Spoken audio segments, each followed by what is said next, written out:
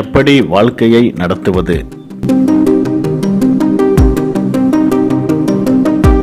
ஒரு மனிதன் கடவுளிடம் கேட்கின்றான், என்னுடைய வாழ்க்கையை நான் எப்படி நடத்த வேண்டும் என்று எனக்கு சொல்லித்தாருங்கள் என்று வினவுகிறான்.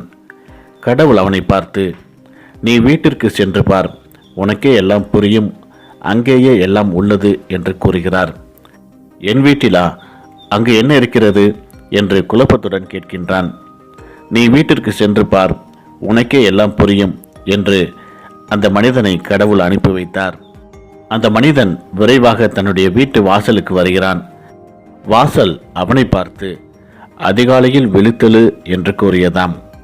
அவன் வீட்டு கூரை அவனை பார்த்து, உன்னுடைய எண்ணங்களை உயர்வாக வை என்று கூறியதாம்.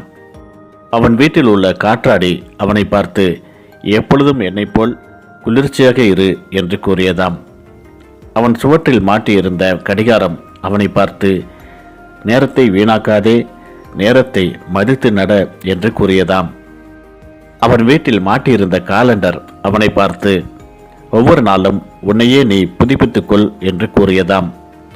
அவனுடைய மணி பர்ஸ் அவனை பார்த்து, நீ இளமையாக இருக்கும் பொழுதே எதிர்காலத்திற்கு தேவையானவற்றை சேமித்து வைத்துக்கொள் என்று கூறியதாம்.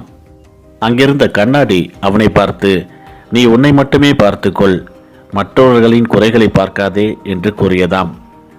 அங்கிருந்த விளக்கு அவனை பார்த்து, என்னை போல் நீ அடுத்தவர்களின் வாழ்வில் ஒளியேற்று என்று கூறியதாம். அங்கிருந்த ஜன்னல் அவனை பார்த்து, என்னை போல் நீ எப்பொழுதும் பரந்த மனப்பான்மையோடு இரு என்று கூறியதாம். தரை அவனை பார்த்து கூறியது, என்னை போல் நீ எப்பொழுதும் கீழ்ப்படிந்திரு என்று கூறியதாம்.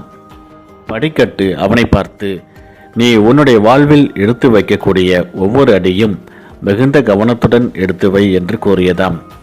கடவுள் இறுதியாக அவனுக்கு தோன்றி, எவன் ஒருவன் இவைகள் அனைத்தையும் தன்னுடைய வாழ்வில் கடைபிடிக்கின்றானோ அவன் கண்டிப்பாக தன்னுடைய வாழ்வில் உயர்ந்த நிலையை அடைவான் என்று கூறினாராம்.